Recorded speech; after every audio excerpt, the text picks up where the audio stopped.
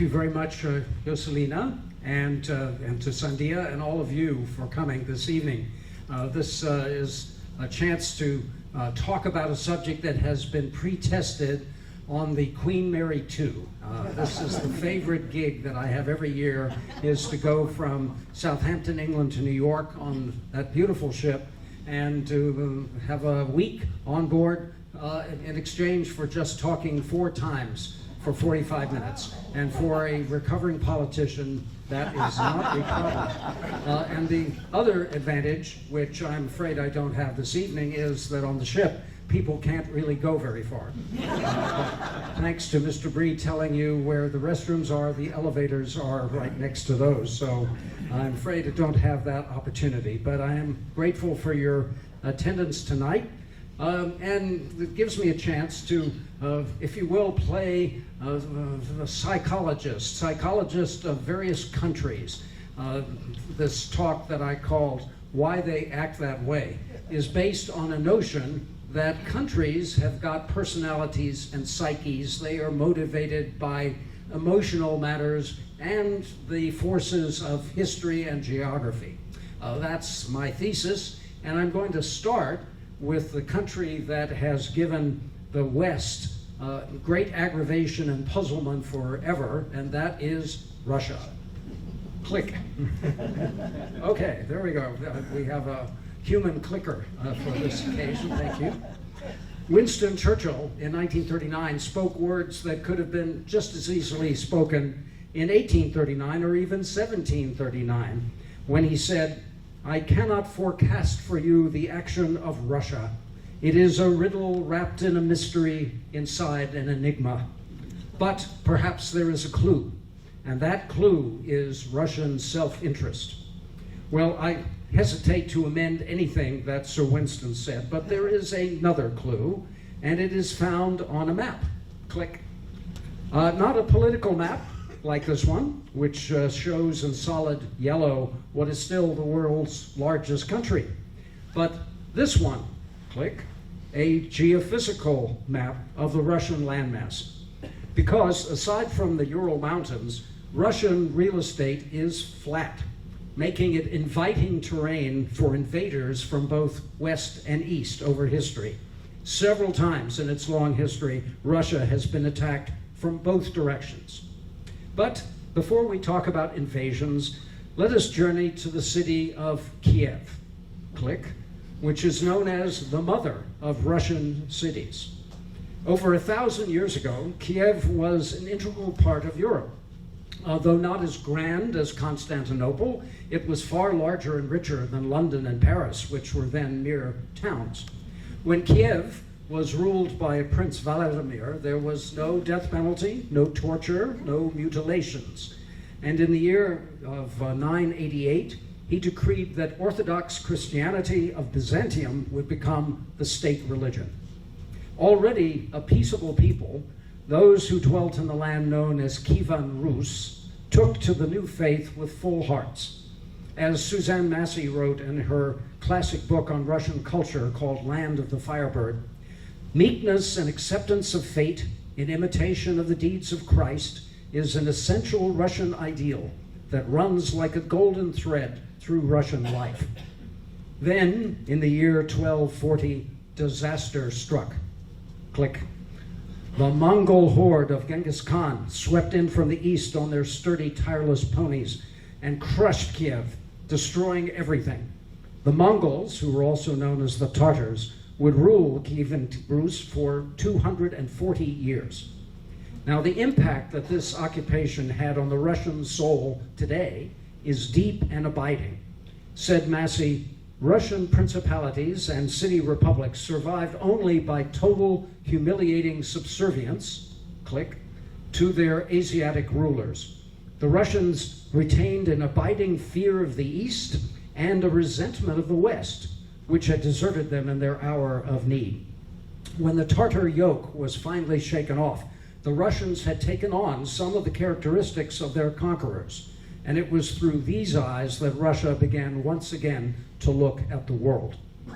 The resulting Russian gaze was merciless, pitiless, and aggressive. the state constantly pushed out its borders to provide ever greater protection against potential invaders.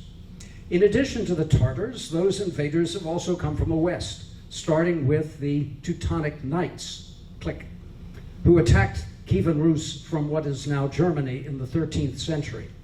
Now, this image of the helmets of the Teutonic Knights is from Sergei Eisenstein's spectacular 1938 film Alexander Nevsky, whose score was written by Prokofiev. It is a not very subtle evocation of the headgear worn by 20th century German armies. And also from the west came Napoleon's Grande Armée, click, getting as far as Moscow. Half a century later, the British and the French invaded the Crimea. Imperial German armies invaded Russia during the First World War, and so did the Poles after that war ended. And then in 1941, click, came Hitler's Wehrmacht, the last invaders of Russia from the west, reaching the outskirts of Moscow, Leningrad, and Stalingrad. Now, Joseph Stalin's aim in occupying and making vassal states of Eastern Europe, click, nations like Poland and Hungary after victory in the Second World War, was partially to subdue them and add them to a virtual colonial empire, but also to provide a security buffer to the West, since Napoleon and the Germans had come from that direction. And this was solidified in the military alliance, shown in pink, known as the Warsaw Pact, facing NATO, shown in blue. When these nations finally freed themselves after 1989, and especially when they joined NATO, a former KGB lieutenant colonel named Vladimir Putin reacted violently. To him, it was just a new advance by the West on Holy Mother Russia. It is why he wants to piece back together the USSR, starting with old Kievan Rus, or Ukraine. Click. The war he commenced there in February 2022 can thus be seen in historical context. Putin believes Ukraine is part of Russia. He is therefore outraged that the Ukrainians want to be independent. He sees NATO's active support of the Ukrainians as proof that his real enemy is the West. He has allied himself with the Orthodox Church of his namesake, Vladimir of Kiev. And despite what Kiev has always meant historically and emotionally to Russia, Putin has not hesitated to attack it, as if brutally punishing an errant child. And if he succeeds, there are other errant children to chide, probably starting with the Baltic states of Latvia, Estonia, and Lithuania. Click. As Henry Kissinger once observed, often the way to obtain one's own security is to make everyone else insecure. This yearning for security is what has made Russia aggressive, acting not unlike the New England farmer who said he didn't want much, just his land and everything surrounding it. 75 years ago, the American diplomat George F. Kennan, click, sent his famous long telegram from Moscow explaining what he called the sources of Soviet conduct. In it, he said something about the old USSR that still are valid today about Putin's Russia. In fact, every time Kennan uses the word Soviet, simply substitute Russian, which was always pretty much the same thing. Kennan wrote in 1947, "Today, Soviet power is committed to the perfection of the dictatorship and to the maintenance of the concept of Russia as in a state of siege, with the enemy lowering beyond the walls. The antagonism with the West remains. It is postulated. These precepts are fortified by the lessons of Russian history. This means that we are going to continue for a long time to find the Russians difficult to deal with." Well, let us now move on to what many people in the 21st century view as the successor to the old Soviet Union as America's great rival, namely China. Click. With their magnificent culture going back 5,000 years, the Chinese have long seen themselves as the central power on Earth, or at least in Asia, receiving tributes from its neighbors. Click. The name, in fact, in Mandarin for the Chinese nation is Zhongguo, meaning the Middle Kingdom. And this map of the old imperial China is worth a moment to note that the mass of China itself is there in purple, and on the fringes in green are the so-called tributary states that were not occupied by China, but which owed allegiance and honor to the emperor in Beijing. And that included many places that are with us today, such as in Central Asia, Southeast Asia, and even Japan. Well, in this notion of China as the Middle Kingdom, we have to say that Chinese history may stretch several millennia, but modern China is stirred by only one relatively brief part of it. It is still a fiery sore within the Chinese soul, and they call it their century of humiliations. This was the last half of the 19th century and the first half of the 20th century, when a very weak Middle Kingdom was invaded by foreigners. Click. Chiefly the British and the French, but also Germans and Americans, who ransacked great treasure houses like the Summer Palace, seized colonies, click, sent gunboats far up Chinese rivers, and imposed unequal treaties that robbed China of its sovereignty. The British fought 2 wars against China in order to flood the country with Indian opium. Click. In the first war, they obtained Hong Kong, and in the second, they got Shanghai. The opium trade was so lucrative, making immense fortunes for families like the Jardines, the Sassoons, and the Kaduris, that others wanted in on the bonanza.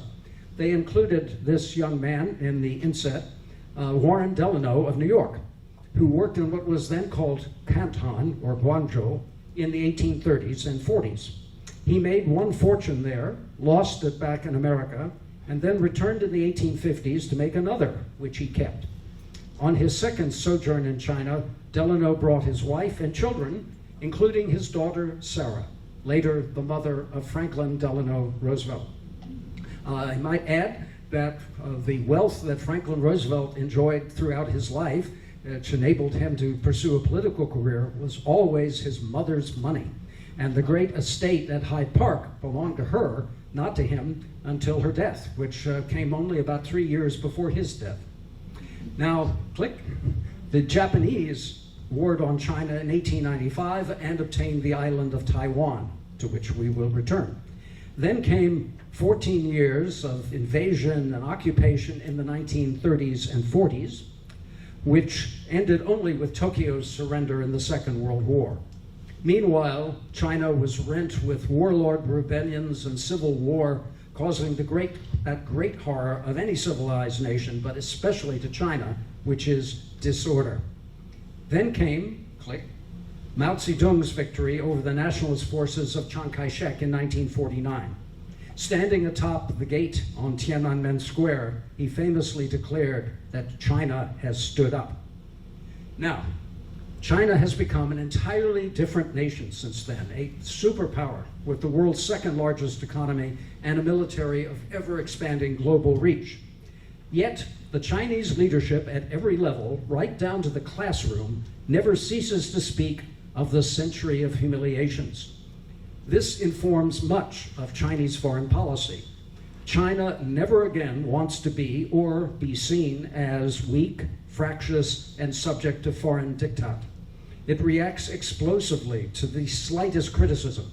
It regularly stokes anti-Japanese sentiment for domestic political purposes. National unity is of the highest importance to China, which explains why it crushes any outburst of dissent in Tibet, Xinjiang, and Hong Kong, and why it has never forsworn the use of force against Taiwan. If we can click onto that. For much of the long and storied history of China, Taiwan was a fairly inconsequential place, chiefly inhabited by indigenous tribes, a few local Chinese being fishermen and merchants. The island came into imperial consciousness only at the end of the Ming Dynasty in the 1660s, which means that a Chinese Taiwan is only about as old as the British colony of New York. By every standard measure, Taiwan is an independent state. But a crucial point, No government in Taipei has ever declared the island to be independent, which would prompt an invasion from the mainland. Yet the island's de facto independence is a nagging reminder to China that it is not yet truly whole, and that its era of humiliations is not over. Click. In his determination to replace the United States as the world's hegemon, President Xi Jinping has embarked on an ambitious program of financing large-scale infrastructure projects, click, like railroads and ports all around the Indian Ocean basin. Beijing calls this its Belt and Road Initiative. But, seen on the map, it looks very much, once again, like a Middle Kingdom. Now, similar to China in having an imperial mindset and an abiding fury at Western intervention is Iran. Click. And we can click again. Because on Mount Behistun in Western Iran, no doubt a place that the World Affairs Council has visited, there is an inscription carved during the 5th century BC at the command of Darius the Great. He said on this inscription, "I am Darius, the great king, the king of kings, the king in Persia, the king in countries, in all 23 countries." Click. The Persian Empire encompassed a large part of the known world at its height. Modern Iran is less concerned with territory than it is to be seen as a major regional power, superior specifically to the Arabs. Many observers see this as an assertion of Shia over Sunni Islam. And there is no doubt Sunnis are concerned about what is called a Shia crescent, click, that arises out of Iran, sweeps through southern Iraq, and extends to Bahrain and the eastern provinces of Saudi Arabia, right down to Yemen. This map shows the Shia parts of the Middle East. In fact, it's really the only Shia parts of the world in dark green, and the lighter green, which extends as far west as Morocco and as far east as Indonesia and the Philippines, are the Sunni portions of Islam. During the Q&A, I can give the doctrinal difference between Shia and Sunni, but for the purposes of appreciating world events, what's really important is geography. That is, that Iran is the great Shia power, and the places where other Shia are living happen to be those places that are increasingly under its control, such as Iraq, Lebanon, and parts of Syria, all the way down to the land of the Houthis in Yemen. Well, if we can click here, is that the Persian attitude is not one of religion, as one of keen self-regard. And if you happen to know anyone of Persian origin, it doesn't matter if they like the regime or more likely hate the regime in Tehran, they are immensely proud of being Persian, and for a very good reason. The great contribution of Persia to the arts of porcelain and textiles and architecture and so much more that this slide hints. So they have good cause to believe that they are simply the best looking, the best craftsmen, the best cooks, the best speakers and poets, and by far the best bargainers. The rest of humanity can only stand in admiration of their 5,000 years as a state and as the center of some of the world's most exquisite art, architecture, and literature. But Iran's antipathy to the West began in the early 20th century, click, when Britain and Russia divided the nation into zones of control. The northern part there in sort of purple was the Russian zone, and the eastern part in pink was the British zone. And there was conflict over oil. As First Lord of the Admiralty on the eve of World War I, Winston Churchill pushed the Royal Navy to convert ships from using coal, which Britain had in abundance, to oil, of which it had none at the time. This crucial resource was just being developed in the so-called neutral zone, the middle zone of Persia, and Britain exacted concessions from this weakened rump state that were greatly to its advantage. Click. These unfair terms caused smoldering resentment from Iran that culminated in 1951 when Prime Minister Mohammad Mossadegh, on the left, nationalized the Anglo-Persian Oil Company, which is today BP. The resulting crisis was entirely between Britain and Iran, but the United States intervened on behalf of its ally. With the CIA playing a backstage role, the US encouraged and financed the ouster of Mossadegh and the reinstatement of the Shah, on the right, with full powers. The actual job of Mossadegh was done by the Iranian armed forces, an important point to make, because Iran, to this day, blames the United States exclusively for the overthrow of Mossadegh, which it could not have done with just a few scattered CIA agents, even those who were holding bags of cash. Now, click. A grateful Shah proved a loyal American client until his own ouster by the Ayatollah Khomeini in 1979. The new Islamic Republic declared America the Great Satan, blamed it for overthrowing Mossadegh, and seized US embassy personnel. Seething hostility between the two countries has reigned ever since. I contend, but of course cannot prove, that even if Iran were freed from its clerical overlords and were a fully democratic, pro-Western state, it would still want nuclear weapons. All great nations, after all, have these weapons, and so do some lesser ones, like North Korea. Iran wants to stand proudly and equally among the great nations of the world, simply and purely because in its mind, that is where it deserves to be. Click. In the meantime, Iranian influence and direct political control extends westward into Iraq, Syria, and Lebanon, and southward toward Yemen.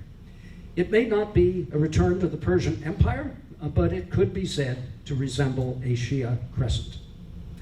Click. And what are the people on the other side of what we call the Persian Gulf, and they like to call the Arabian Gulf? Well, it's the people of the Arab Middle East. And no less than the other nations we've described, they live with a strong historical memory. Click. In particular, they remember the Crusades. Now, most Americans have only a very foggy idea of what and when the Crusades were. What we know may come entirely from having seen a movie, something about knights fighting in the Holy Land about 1,000 years ago. We may have crammed facts for a class in world history in high school. That was the class taught by the football coach, but then promptly forgotten them. In case you've forgotten, there were 4 principal crusades mounted by various popes and kings of medieval Europe to retake the Holy Land. Click. The eastern shore of the Mediterranean from the Muslims. The first crusade succeeded, and there was created a kingdom of Jerusalem and some other realms that lasted roughly 100 years until the Muslims' great warrior, Saladin, defeated the Crusaders. The Arabs have not forgotten this history. To them, the Crusades took place last week. Despite Saladin's victory, they still burn with fury about Western occupation of the land of Islam. Click. When Britain left Palestine in 1948, the newly proclaimed State of Israel was viewed as a Crusader kingdom, a new edition of the 12th century Kingdom of Jerusalem. Now, the fact that Israel was run by Jews from Poland was unimportant. It was the descendants of the Crusaders who had given birth to the State of Israel. A few days after the attacks of September 11, 2001, click, President George W. Bush warned the American public that, quote, this crusade, this war on terrorism is going to take a while, end quote. Now, he meant crusade in the sense that we Americans use it, as a fight for a worthy cause, like a crusade against cancer or drunk driving. But almost as soon as he said it, the president was advised of the incendiary effect that this word, crusade, had on the Muslim world, so he never used it again.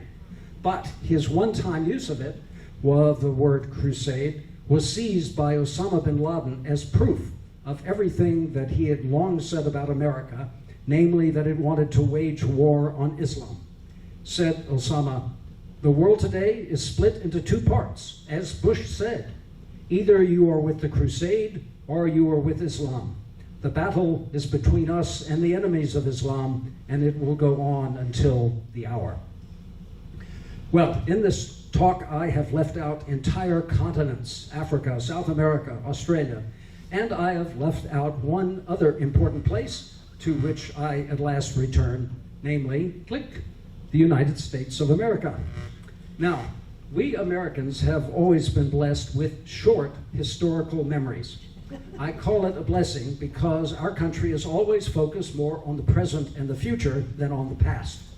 And yet, American foreign policy has been shaped by historical attitudes just as much as the other nations we have examined, if for a shorter period of time. Much is made of the phrase American exceptionalism. It is usually spoken derisively to describe the United States convinced of its own goodness and possessed of a mission to spread its system of government and economy to all parts of the world. I reject this narrow vision while maintaining that what is exceptional about the United States is our origin story. It is a nation established on the basis of ideas and not mere geography, ethnicity, religion, or dynasty. Those ideas relate to liberty and the freedom of ordinary citizens to strive for new and better lives for themselves. Click. It was the idea of living a virtuous and godly life that motivated the man called the first great American, John Winthrop, founder and governor of the Massachusetts Bay Colony. Even before he and his fellow colonists landed in New England in 1630, Winthrop gave a sermon aboard ship in which he spoke the famous words, "We must consider that we shall be as a city on a hill. The eyes of all people are upon us." Those hearing Winthrop's sermon instantly recognized these words as a paraphrase of the Sermon on the Mount, in which Christ said, "A city set on a hill cannot be hidden." When the ship's company landed, they proceeded to build the city of Boston on a hill, not so much as an example that others might admire, but because there was a source of fresh water on the hill and there was a swamp at its foot. The nation that ultimately sprang from Winthrop's and others' colonies believed from the outset that it was different from and better than the lands of Europe, with their kingdoms, quarrels, and lack of freedom. Its people gave thanks that both a real and a metaphorical ocean separated them from such places. Click. In his farewell address as president in 1797, George Washington gave a warning that shaped U.S. foreign policy for a century. Said Washington, "Against the insidious wiles of foreign influence, I conjure you to believe me, fellow citizens, the jealousy of a free people ought to be constantly awake. The great rule of conduct for us in regard to foreign nations is to have as little political connection with them as possible. So far as we have already formed agreements, let them be fulfilled with perfect good faith. But here, let us stop." Click. Washington's words were clear enough, but over the years they were given additional expression. In 1821, with Latin American nations rising against Spain, then Secretary of State John Quincy Adams said, "Wherever the standard of freedom and independence has been or shall be unfurled, there will America's heart, her benedictions, and her prayers be. But she goes not abroad in search of monsters to destroy. She is the well-wisher to the freedom and independence of all. She is the champion and vindicator only of her own." So, what changed America from being a nation that held itself aloof to one that has gone abroad many times since John Quincy's day to fight monsters, real or imagined? Two things, I would say. Click. The first came a little later in the 19th century as American missionaries went to China and India to spread the gospel, but also to establish schools and hospitals. When, after many years, they returned to places like Indiana and Iowa to tell of their good deeds to the churches that sponsored them, parishioners in the pews acquired the notion that there was much good that Americans could in fact do abroad to combat evil. The second, click, was this man, Theodore Roosevelt, who believed the United States had a vital role to play on the world stage. When neighboring nations in our hemisphere became roiled in internal violence, Roosevelt spoke words that resound in our own time and in places much farther away. He said, "Chronic wrongdoing, or an impotence which results in a general loosening of the ties of civilized society, may force the United States, however reluctantly, to the exercise of an international police power." But he quickly added, "only in the last resort." Click. Roosevelt's great political rival, Woodrow Wilson, also saw America as a reluctant righter of foreign wrongs, acting in a spirit of justice for others and not crass gain for itself.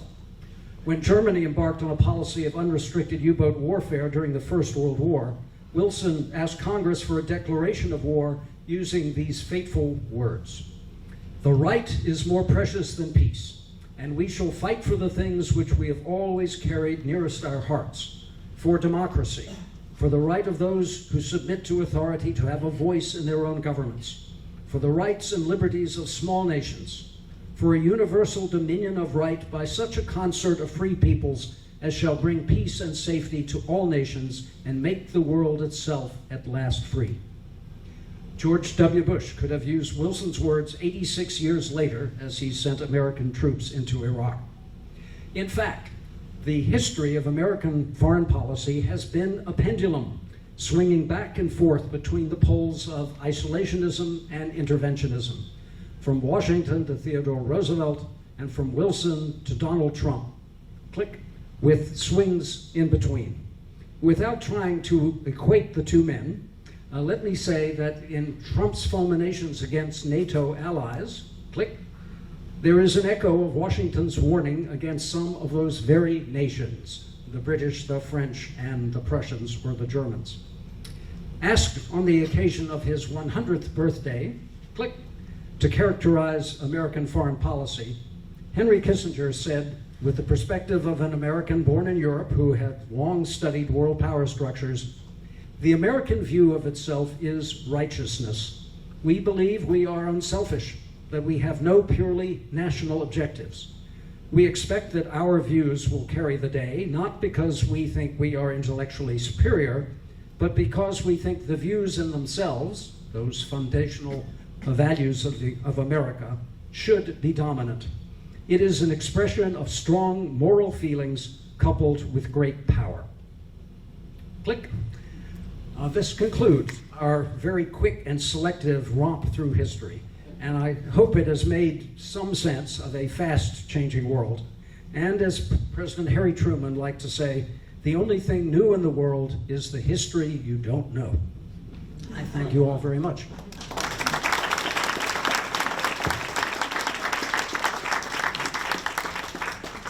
And now, are there any questions that are outraged comments that I've engendered here? Yes, sir. Mr. Untermeyer, thank you for coming. So, what is in detail, could you go into the relationship between Qatar and Hamas? Okay. The question was the relationship between Qatar, the country where I was assigned as ambassador, and Hamas, the radical anti-Israel group in Gaza. The answer is that Qatar has housed an office of Hamas for many years. I don't think it was in existence when I was there, which were the years 2004, 2007, but it immediately followed. And I should note that Qatar has also housed other very suspect groups like the Taliban, Hezbollah, and the Muslim Brotherhood that has put it in the crosshairs of some of its neighbors, such as Saudi Arabia, Egypt, and the United Arab Emirates, and also Israel. However, I have to say that the fact that these offices exist, especially the Taliban and now Hamas, is of advantage to the United States, and it is no coincidence that a lot of the negotiations that are currently taking place to try to release hostages in Gaza are taking place in Qatar. In other words, it's very useful for the United States, and possibly by extension Israel, that there is a in-between power that does have relationships with these groups. We have no relationship whatsoever. We condemn as terrorists Hamas and Taliban and all the rest. So it's very useful in a third country to be able to reach out to those groups and possibly strike a deal. So that is you might say, the facts on the ground. The Qataris are a tiny country, but they are not the least bit hesitant to insert themselves to provide a role as an intermediary, as a mediator in regional conflicts, which they have done very successfully, but those negotiations in the current conflict are still ongoing, so it may be a bit premature to claim success. Question? Can't believe yes, sir. Please. At such a time that Ukraine has to cede part of its country to Russia, or all of it, what should NATO do? The gentleman said at such time as Ukraine might cede territory to Russia, I presume we're referring to territory Russia has occupied, what should NATO do? First of all, while that may well be the shape of a ceasefire or an armistice in the case of fighting in Ukraine, this is a decision that is totally up to the Ukrainians. NATO has great interest in that settlement and no doubt will be involved at the very least in the wings, but it is Ukrainian territory and it is occupied by a foreign power that wanted to occupy them entirely, so, or in the words of my talk, to reabsorb Kievan Rus into the Russian state. But this is not a NATO decision to be made. Now, if there is at some point an armistice that in effect redraws the border, at that point I would imagine that the Ukrainian nation is going to seek admission to and probably be granted admission into NATO, just like Sweden and Finland have, and that will be the answer for the future. So while no nation would want to yield up any of its territory, except under duress, it at least is arguable that such an armistice would be in the long-term interest of Ukraine because it would then have the benefit of NATO membership. Yes, sir. So we're here in the energy capital, you know, in Houston and Champion X offices, and there's all of these countries that you mentioned. You know, their energy is inextricably, you know, tied to a lot of the foreign policy. There's a big move afoot to try to remove the U.S. dollar as the petrodollar, so that the sanctions aren't as effective. And I was just wondering if they were successful in that, what impact that might have on the U.S. economy. The gentleman asked about the removal of the U.S. as the petro currency in the forthcoming time. And here I will plead most ignorance in regard to currency issues. However, as a steadfast reader of The Economist, I am bold enough to say that the dollar is probably going to remain the reserve currency for all purposes, not just denominating energy sales, for some time, because there is no real rival. And we see in the world economy that the United States is not doing too badly, especially vis-a-vis our economic rivals such as the European Union and China. So it is possible to imagine a future in which the world moves away from the dollar for energy purchases and everything else. What that other thing is going to be is not known to me, and my guess is it's not known to those people who really do know currency issues. Thank you. Yes, sir. Roy. Hey, Chase, what, in your broad voice, what do you think that the situation with Putin, do you feel that he may continue onward? I mean, beyond Kyiv? The question is, what does Putin have in mind? What is his future? Will he want to take his forces into other countries? I would say he certainly would like to do that, and only the resolute refusal of the West, meaning NATO, would keep him from doing it. He has said that the greatest geopolitical tragedy of the 20th century was the end of the Union of Soviet Socialist Republics. So he would like to piece it back together again. And I might say, from historical reasons, it's not the communist state that he wants to reconstitute so much as the old czarist state. After all, it was the czars that put together the landmass that we think of as the old USSR. But to quote Churchill again about a riddle wrapped in an enigma inside a mystery, or some combination of those words, that applies to Mr. Putin. And I should say that it probably will apply to his successor, whoever that person may be, because I do believe the point I made that the Russian psyche is motivated toward hostility to the West and to wanting to provide as much of a security buffer or barrier between the heartland of Russia and the likely invader, which he sees as the West. Yes, now. Yes. Ambassador, take your picture one click forward, especially with the United States.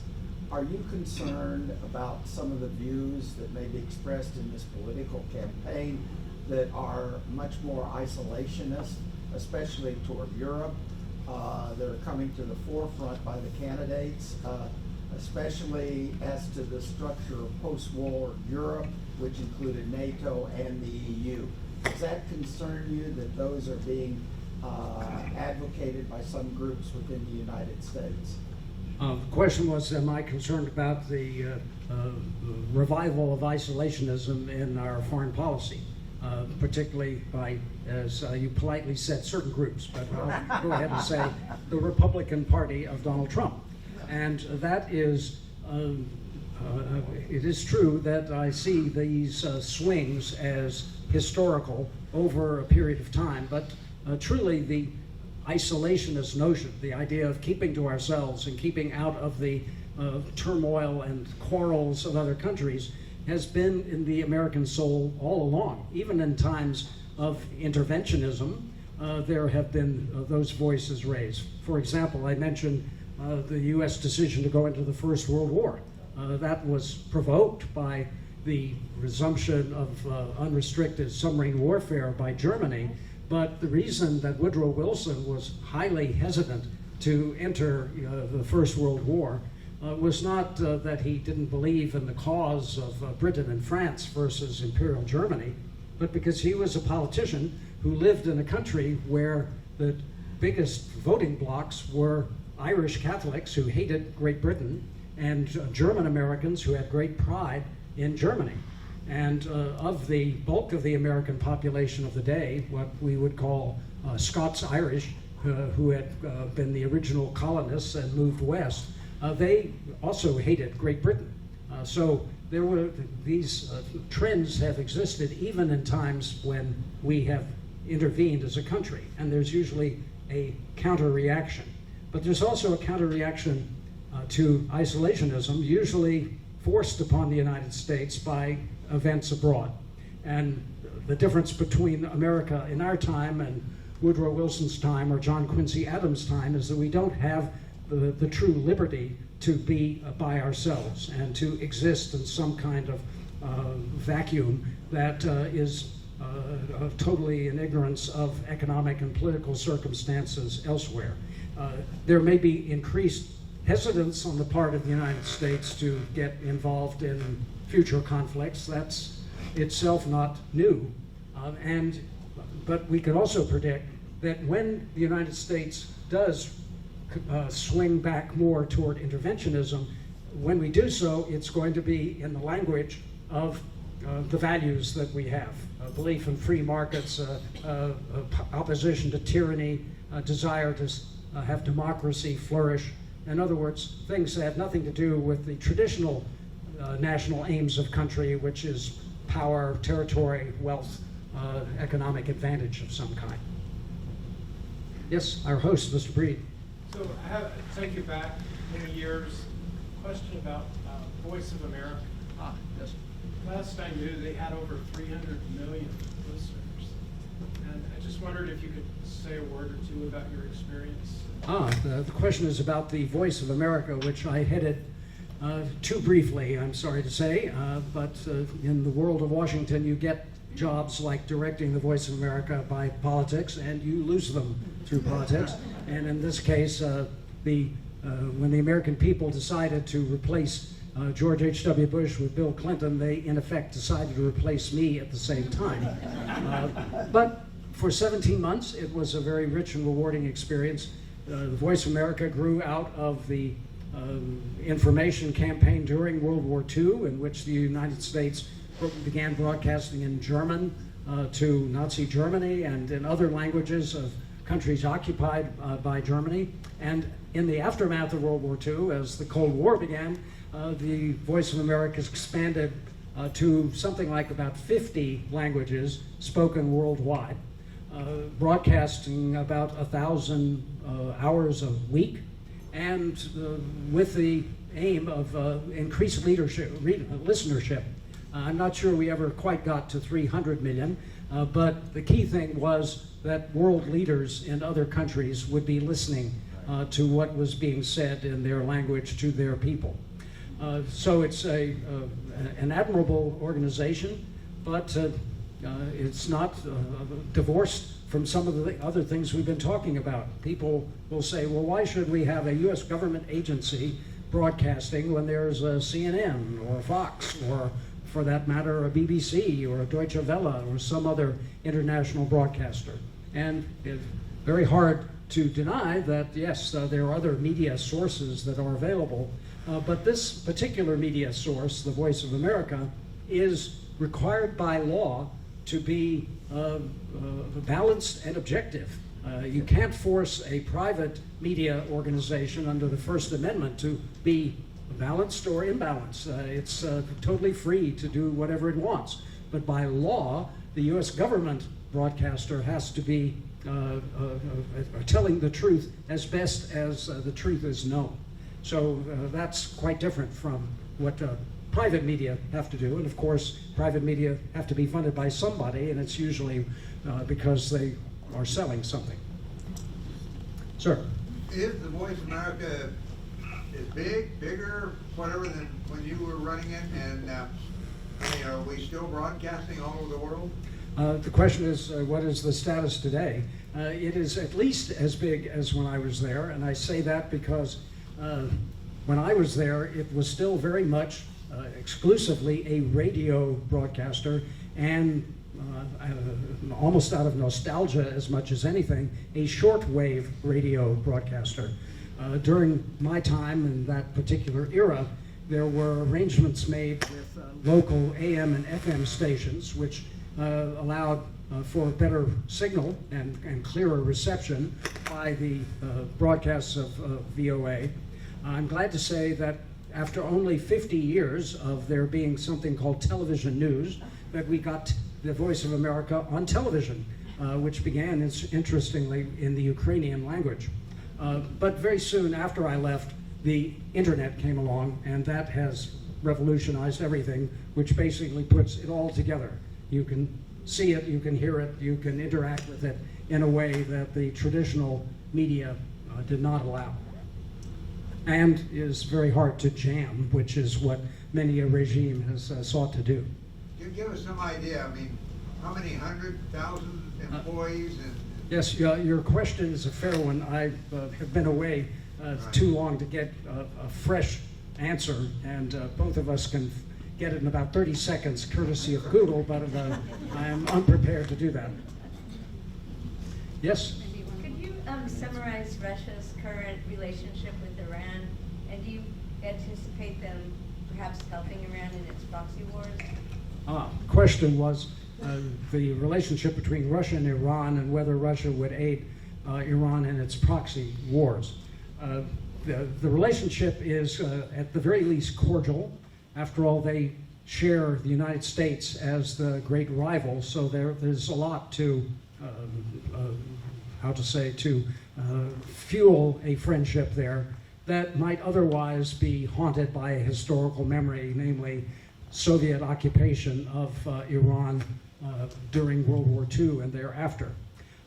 In many ways, it may be Iran helping Russia with weapons as much as Russia helping Iran. Iran seems to be doing very well with its homemade manufacturing. I realize we have not had a question from one of our students. I can't believe you all are shy, but can we have one last question from a student? There surely must be something I said that is puzzling or. Yeah, we got one. We have half one. Yep, there you go. Oh, good. Thank you. Ask if you could explain the differences between Shia and Sunni Muslim. Okay. Yeah, thank you. Now he would stay for extra 30 minutes. And take notes. Yes, the doctrinal difference between Shia and Sunni goes back to the death of the Prophet Muhammad. Muhammad did not have a son who would have, in that culture, have become the new caliph of Islam. He had a daughter, Fatima, and Fatima was married to a man named Ali. So that particular section of Islam believed that the caliph should go through the family line, namely to Ali. And the word Shia means, in effect, the party, the supporters of Ali. But on the other side, there were the followers of the Prophet, what in Christianity would be called the apostles, and they were the Sunni. They were the followers of the Prophet.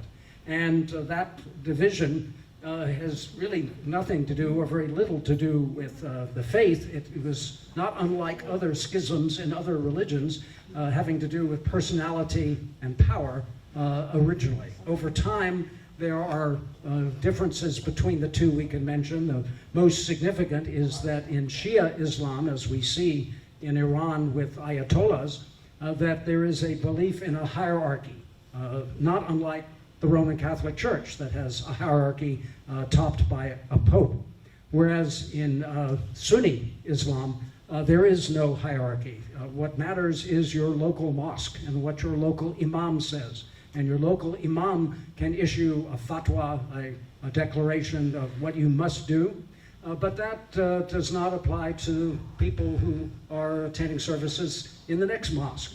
There is, for much of Islamic history, particularly Turkish history, the existence of a caliph, and the Sultan of Turkey was considered the caliph of Sunni Islam. But during World War I, the Germans were very clever, or they thought they were being very clever, in getting Turkey on their side of the Great War, and they thought that the ally, the Sultan of Turkey, would be able to issue a fatwa against the British, and that would cause all the many hundreds of millions of Muslims in the British Empire to break away from Britain and support the Central Powers. It had no effect whatsoever, and which shows that Lutherans should not get involved in Islam. But to this day, Sunni Islam rejects a hierarchy, and that, in fact, they reject any personalization of religion, such that even when a king of Saudi Arabia dies, he is buried in an unmarked grave, because they do not want anything approaching a shrine that would personalize the faith.